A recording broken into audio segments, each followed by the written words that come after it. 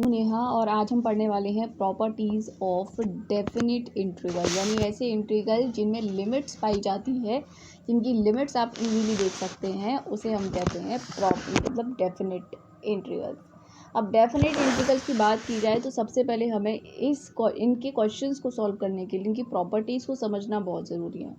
तो आपके NCERT book में भी दी गई हैं, लेकिन कुछ बच्चों को नहीं समझ में आता है फिर भी, तो उसके लिए मैं ये वीडियो लेकर आई हूँ। आप इन प्रॉपर्टीज़ को ओरली समझ करके और फिर अपने क्वेश्चंस को स्टार्ट करें, आप इजीली चीज़ों को सॉल्व कर पाएंगे, राइट।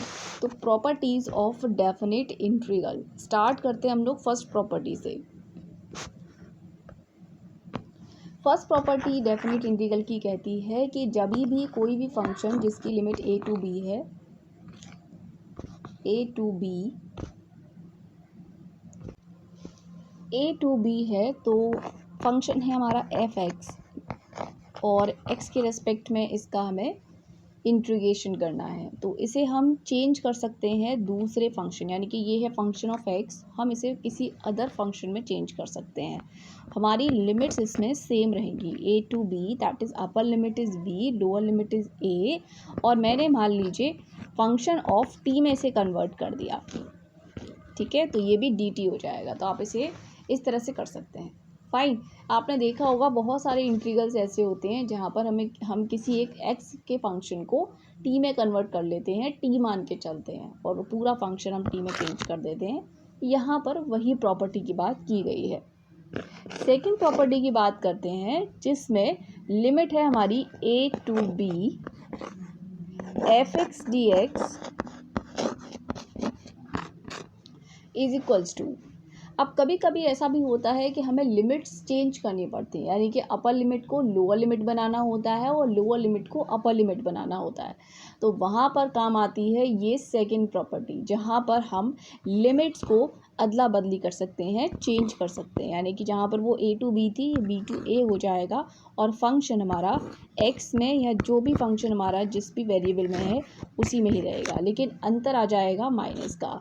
यानी कि जो भी इंटीग्रल है उसको जब हमने इसकी लिमिट चेंज कर दी तो उसके आगे माइनस ज़रूर आ जाएगा। लेकिन अगर क्या हो कि दोनों ही लिमिट सेम हो जाएं, मान लीजिए a टू a है, यानी कि दोनों अपर लिमिट और लोअर लिमिट बिल्कुल सेम है, ऐसे में आंसर हमेशा ज़ीरो आएगा। क्यों ज़ीरो आएगा? क्योंकि जो भी इंटीग्रेशन करेंगे उसमें upper limit minus lower limit करते हैं, तो upper limit minus lower limit यानी कि सेम नंबर आएगा, यानी प्लस माइनस से कैंसिल होकर के वो ज़ीरो आंसर आएगा।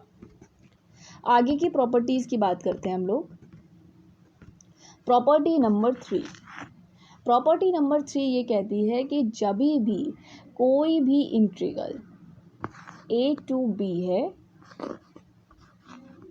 f(x) dx is equals to. अब हम इसे कैसे सॉल्व कर सकते हैं, कैसे मॉडिफाई कर सकते हैं? तो याद रखिए हम लिमिट्स को ब्रेक कर सकते हैं। मान लीजिए कहीं पर लिखा है 0 से लेकर 2, तो हम उसे 0 to 1 एंड 1 से 2, यानी कि दो इंटीग्रल्स में डिवाइड कर लेंगे। ये काम आता है हमारे मॉड्यूलस फंक्शंस में सबसे ज़्यादा, ठीक है, या ज़्यादा गैप हो लिमिट में, वहाँ पर भी हम इसे चेंज कर सकते हैं। तो मान लीजिए कि a और b में जो c है वो इन दोनों के बीच का एक नंबर है, तो मैंने इसे चेंज कर लिया a to c f(x) dx plus c to b, यानी a to c and c to b f(x) dx। इस तरह से हम लिमिट्स को ब्रेक कर सकते हैं और इंटीग्रेशन की कैलकुलेशन को इजी बना सकते हैं। ये प्रॉपर्टी इसी काम की आती है, यानी कि कैलकुलेशन को इजी करने के काम आती है। अब बात करते हैं अगली प्रॉपर्टी की, प्रॉपर्टी नंबर 4। प्रॉपर्टी नंबर 4 क्या कहती है? देखिए प्रॉपर्टी नंबर 4 और 5 मैं आपको एक साथ बताऊंगी, क्योंकि दोनों ही बिल्कुल सेम है। अगर आपने एक समझ ली तो दूसरी ऑटोमेटिक आपको समझ आ जाएगी। प्रॉपर्टी नंबर 4 कहती है कि a to b f(x) dx ये एक इंटीग्रेशन है, और इसको हम चेंज कर सकते हैं दूसरे रूप में। कैसे? हम फंक्शन में जहाँ पर भी x लगा हो उसकी जगह हम लिख सकते हैं upper limit plus lower limit minus x और dx की जगह dx रहेगा। इससे क्या होगा, इससे हमारा बहुत जल्दी आंसर आता है। जब भी कोई भी इंट्रोगेशन हो वहाँ पर अगर आपको लग रहा है कि कैलकुलेशन इजी करने के लिए मैं x की जगह upper limit plus lower limit minus x लिख दूँ तो बहुत जल्दी आंसर आएगा आपका। ये सभी प्रॉपर्टीज़ के एग्जाम्पल मैं आपको नेक्स्ट वीडियो में ला कर दूँगी, लेकिन आज का जो सेशन है, आज की जो वीडियो है, वो सिर्फ और सिर्फ प्रॉपर्टीज़ ओरिएंटेड ही है। ठीक है, प्रॉपर्टी बहुत ज़्यादा लंबी ना हो और बहुत ज़्यादा वीडियो भी लंबी ना हो, इसीलिए मैंने सिर्फ प्रॉपर्टीज़ को रखा है। फाइन। अब फिफ्थ मैंने प्रॉपर्टी बोला था कि फोर्थ प्रॉपर्टी अगर समझ में आ गई तो फिफ्थ तो अपने आप ही आ जाएगी।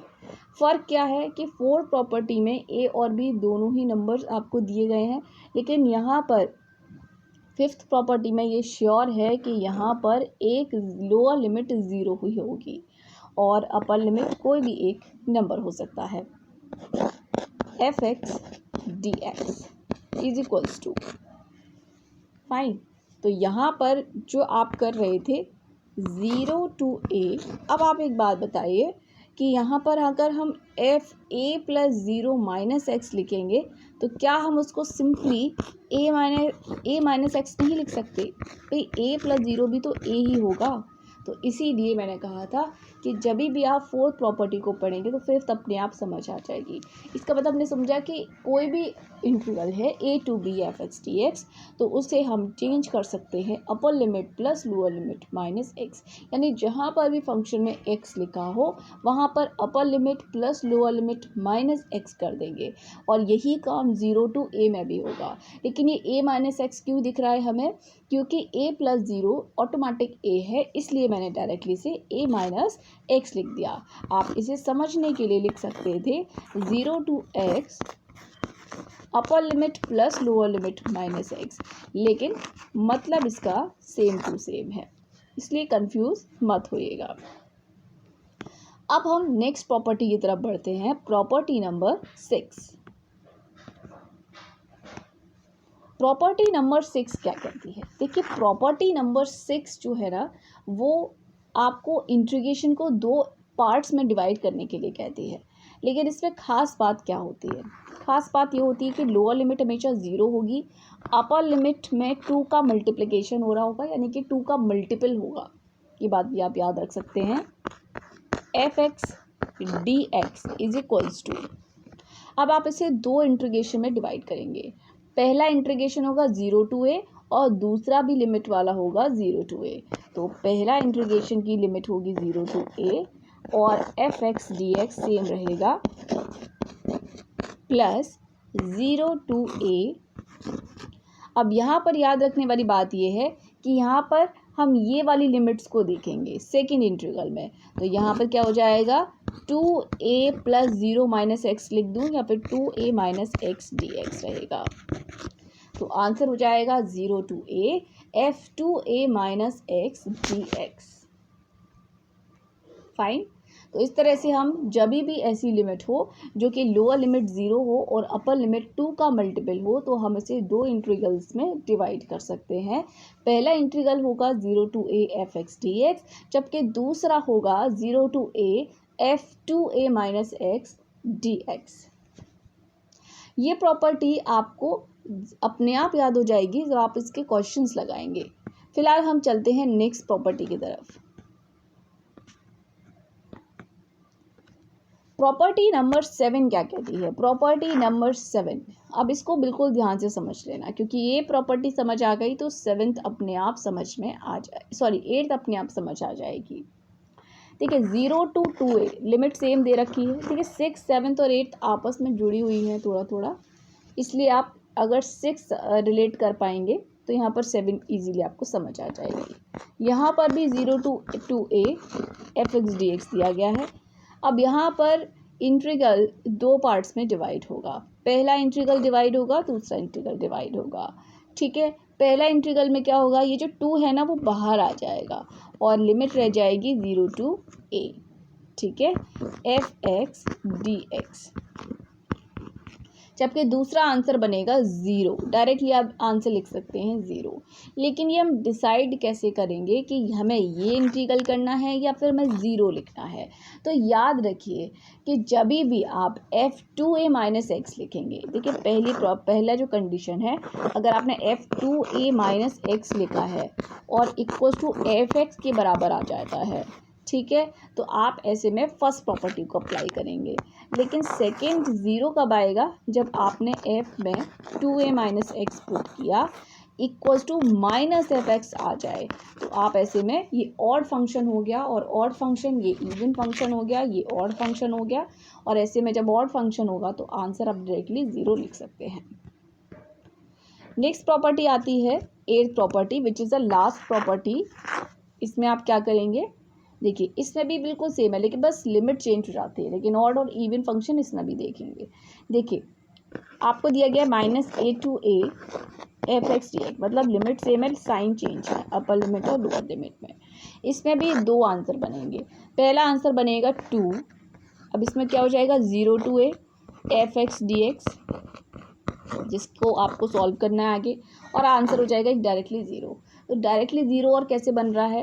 देखिए 0 to a F x d x अगर इवन फंक्शन है, इवन फंक्शन का मतलब है आपने अब माइनस एक्स रख दिया है, एक्स की जगह फंक्शन में माइनस एक्स रख दिया है, तो आप देखेंगे कि यहाँ अगर एफ एक्स आ जाता है, इवन आ जाता है, पॉजिटिव आ जाता है, तो आप इसे कहेंगे इवन फंक्शन। तो आपको प्रॉपर्टी सॉल्व करनी पड़ेगी ये। अगर आपका f माइनस एक्स रखा गया और माइनस एफ एक्स आ जाता है, जैसे हमने 7th प्रॉपर्टी में देखा था, तो ऑड फंक्शन हो गया, आप आंसर लिख सकते हो 0। तो ये सारी प्रॉपर्टीज़ थी डेफिनेट इंटीग्रल्स की। अब आगे हम अगली वीडियो में इनके क्वेश्चंस भी सॉल्व करेंगे।